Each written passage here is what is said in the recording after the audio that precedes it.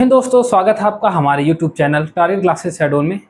आज का हमारा टॉपिक मध्य प्रदेश जनजाति से ही संबंधित है, जो MPPSC यूनिट 10 को लेकर के बहुत इंपॉर्टेंट है। तो आज हम जानेंगे एक और जनजाति के बारे में, जिसे सहरिया जनजाति कहते हैं। सहरिया जनजाति अगर हम बात करें तो ये मध्य प्रदेश की अत्यंत पिछड़ी जनजातियों में से एक है, जो आज भी अपने आदिम पहचान के लिए जानी जाती है। सहरिया जनजाति द्रविड़ समूह या कोलेरियन परिवार से संबंधित है और इसका जो विस्तार है मध्य प्रदेश के उत्तर पश्चिमी क्षेत्र में है। भौगोलिक विस्तार की बात करें तो सहरिया जनजाति मध्य प्रदेश के श्योपुर, याद रखिएगा, जो चंबल वाला क्षेत्र है श्योपुर और शिवपुरी, यहाँ पे इनका सर्वाधिक संकेंद्रण है। गुना, राजगढ़, विदिशा, अशोकनगर, टीकमगढ़, निवाड़ी और भिंड जिलों में भी ये पाए जाते हैं। सहरिया जनजाति मध्य प्रदेश के अलावा उत्तर प्रदेश, पूर्वी राजस्थान, छत्तीसगढ़ तथा उड़ीसा राज्य में भी पाई जाती है। सहरिया जनजाति को मध्य प्रदेश के क्षेत्रों में विभिन्न नामों से जाना जाता है, जैसे गुना में इन्हें रावत या राउत कहते हैं। याद रखिएगा, गुना में इन्हें रावत या राउत कहते हैं। और विंध्य क्षेत्र में इन्हें सोसिया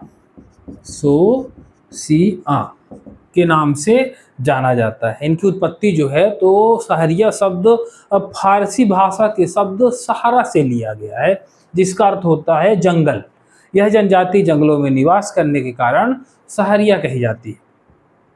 सहरिया शब्द का एक अन्य अर्थ शेर के साथ रहना होता है। जंगल का जो राजा शेर है उसके साथ में रहना होता है, वो सहरिया का एक अर्थ निकल के आता है।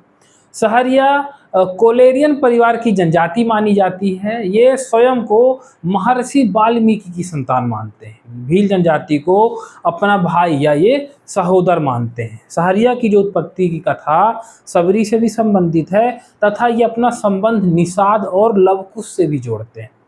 ऐतरेय ब्राह्मण में सहरिया जनजाति को विश्वामित्र का वंशज कहा गया है। डॉक्टर TB नायक ने अपनी पुस्तक द सहरिया, ये पुस्तक है डॉक्टर TB नायक, याद रखिएगा, डॉक्टर TB नायक ने अपनी किताब द सहरिया मोनोग्राफ में सहरियाओं के इतिहास के बारे में बताया है। जनसंख्या की बात करें तो सहरिया जनजाति की जो कुल जनसंख्या मध्य प्रदेश में 2011 जनगणना के अनुसार है, वो है 4.17 लाख। 4.17 लाख इनकी कुल जनसंख्या है और इनकी सर्वाधिक जनसंख्या शिवपुरी और श्योपुर जिले में है। तो शिवपुरी अलग है, श्योपुर अलग है। शिवपुरी ग्वालियर संभाग में आता है और श्योपुर भिंड संभाग में आता है। शारीरिक विशेषता की बात करें तो सहरिया जनजाति का जो रंग होता है वो काला होता है, बाल सीधे होते हैं और शरीर औसत होता है। अत्यधिक शराब और संतुलित भोजन के अभाव में अधिकांश सहरिया जो है ये बीमारी से ग्रसित पाए जाते हैं। जैसे श्योपुर को भारत का इथियोपिया भी कहते हैं, क्योंकि वहाँ सबसे ज़्यादा जो है विकलांग या बीमारी से ग्रसित लोग हैं।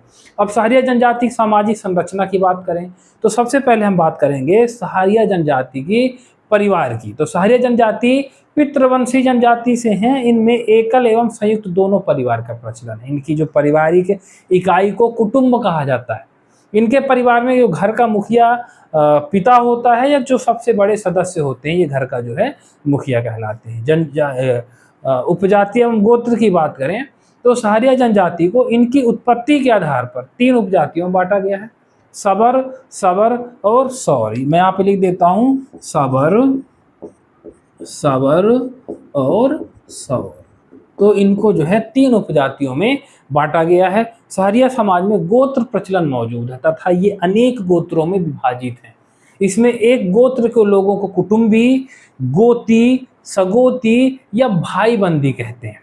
सहरिया जनजाति को गोत्रों के आधार पर 3 वर्गों में विभाजित किया गया है, जो लड़िया, उड़िया और काला पिठिया के नाम से जानते हैं। जो काला पिठिया है, काला पीठ, उड़ीसा में जगन्नाथ मंदिर को जो खींचने वाले होते हैं वो सहरिया जो है उन्हें काला पीठ या काला पिठिया कहा जाता है। इसके अतिरिक्त सहरिया जनजाति में अन्य प्रमुख गोत्र जैसे नकटेले, पलिया, उसको पलोइया भी कहते हैं, सनोरिया, कई जगह उनको सन्नौरिया भी कहते हैं, उमरिया, भिलौड़िया, इनको भिलोइया भी कहते हैं, पारौदिया, बरोतिया, सौलकिया, जिन्हें हम सोलंकी के नाम से जानते हैं, और डांगिया, ये क्या हैं? ये सहरिया जनजाति में अन्य प्रमुख गोत्र हैं।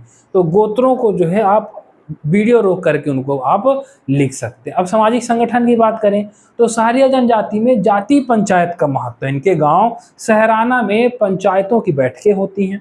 सहरिया अपनी समस्याओं का समाधान पंचायत के माध्यम से ही करते हैं। सहरिया पंचायत में पटेल, कोटवार, बराई, भोपा, हथनारिया और प्रधान होते हैं।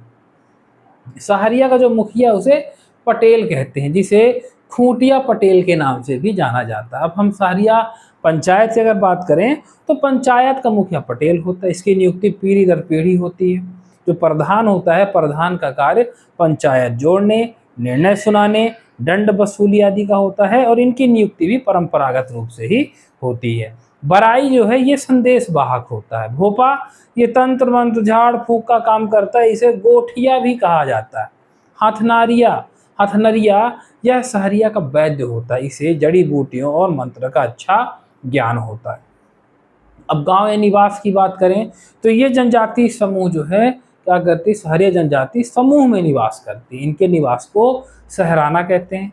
सहरिया जनजाति के घर घास फूस, लकड़ी और मिट्टी से बने होते हैं। इनके घरों की बनावट अंग्रेजी के अक्षर उल्टे यू इस आकार का जो है घर बना होता है, और इनके घरों में अनाजों को रखने के लिए मिट्टी की बड़ी बड़ी कोठी होती है, जिसे पेई कहते हैं। क्या कहते हैं?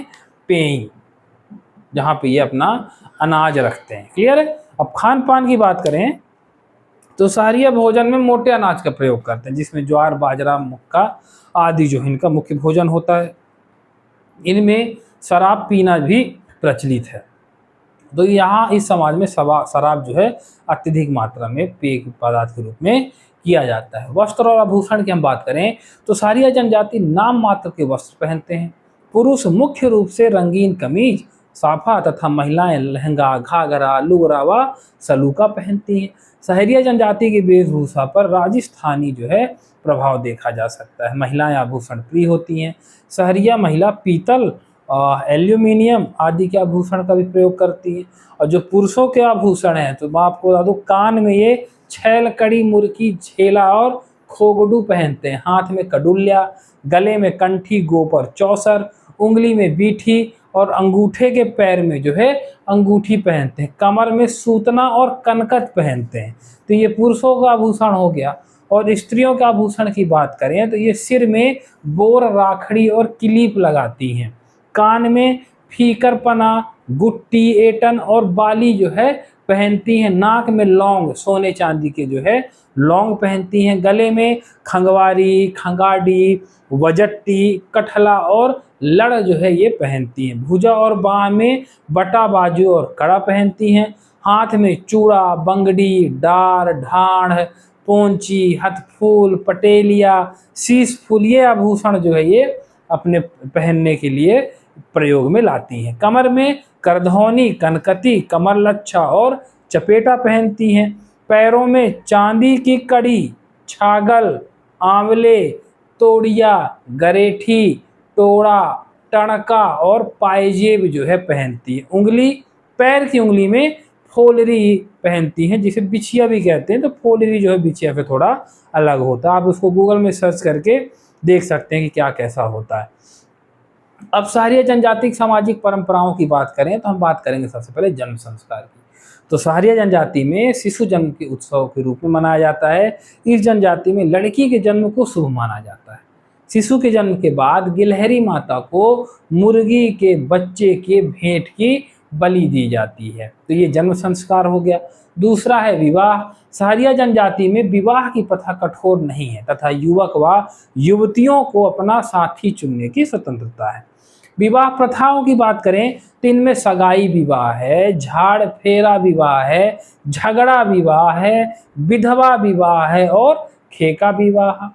सीताबाड़ी क्या है? तो मध्य प्रदेश व राजस्थान की सीमा के पास कोटा जिले में सीताबाड़ी नामक स्थान पर सहरियाओं के वार्षिक मेला का आयोजन होता है, जहां युवक व युवतियां अपना जीवन साथी चुन सकती हैं। सहरिया जनजाति के प्रमुख विवाह की बात करें तो जो सगाई विवाह है, तो ध्यान दीजिएगा कि इस विवाह में दोनों पक्ष की सहमति से पहले सगाई की जाती है और उसके बाद विवाह कर दिया जाता है। झगड़ा विवाह, जब कोई पुरुष किसी स्त्री को भगा कर ले जाता है तब परिवार वाले उन्हें ढूंढते हैं, मिलने पर उनका विवाह कर दिया जाता है। फिर है विधवा विवाह।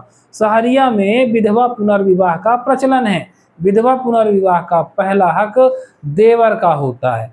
फिर है झाड़ फेरा विवाह, जब लड़की का पिता प्रलोभन में आकर लड़की का रिश्ता कहीं और कर देता है, तब अपनी प्रतिष्ठा के लिए लड़के वाले लड़की का अपहरण कर जबरदस्ती विवाह कर देते हैं, जिसे झाड़ फेरा विवाह कहा जाता है। फिर है सवर विवाह। इस विवाह को पंच व परिवार वाले संपन्न कराते हैं। फिर ठेका विवाह, इसमें विधवा द्वारा अविवाहित पुरुष से विवाह किया जाता है। इसमें विधवा के घर आंगन में खंभा गाड़ के लड़का उसका 7 फेरा लगाता है।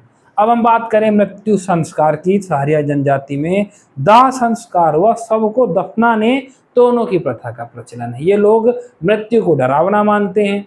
लगातार या अस्वाभाविक तरीके से जो मौत होने पर सहराना अलग स्थान पर बसा लेते हैं। मृतक के संस्कार के तीसरे दिन अस्थियों के एकत्रण को घास माटी कहा जाता है।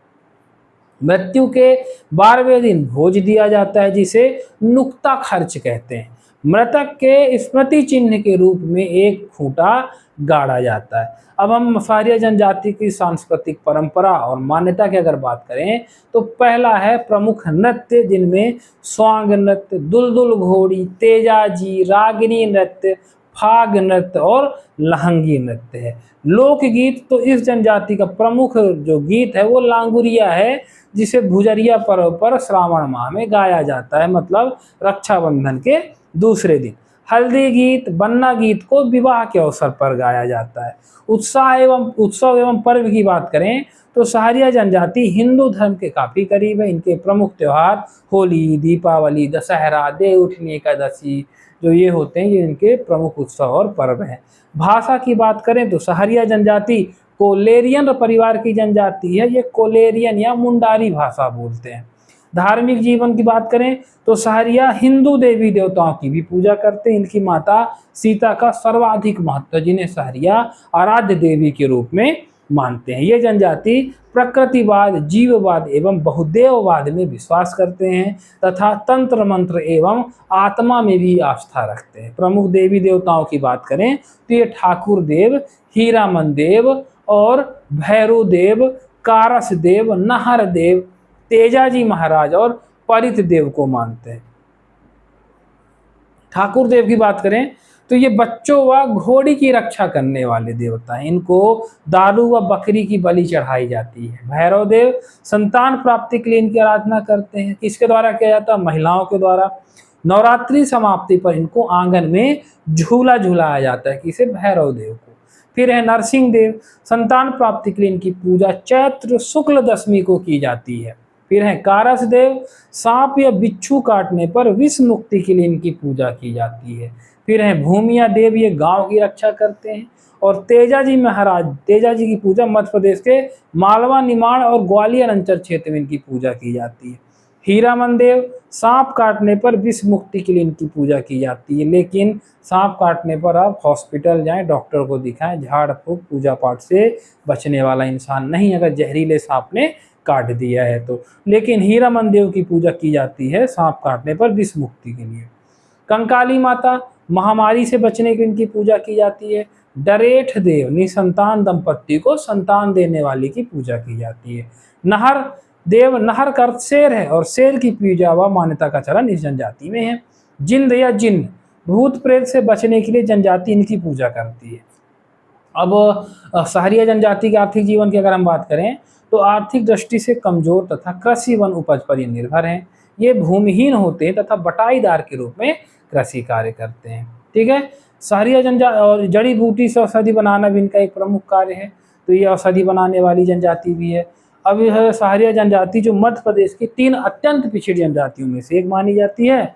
सहरिया जनजाति में कन्या जन्म को शुभ माना जाता है। फिर से सुन लीजिए, ये अत्यंत पिछड़ी है, कन्या जन्म को शुभ माना जाता है, जड़ी बूटी पहचानने में विशेषज्ञ होती है, स्वयं को भील का छोटा भाई कहलाने में यह खुद को गौरवान्वित महसूस करते हैं। ये अत्यंत प्राचीन जनजाति है, इसका उल्लेख महाभारत, रामायण व पुराणों में भी मिलता है।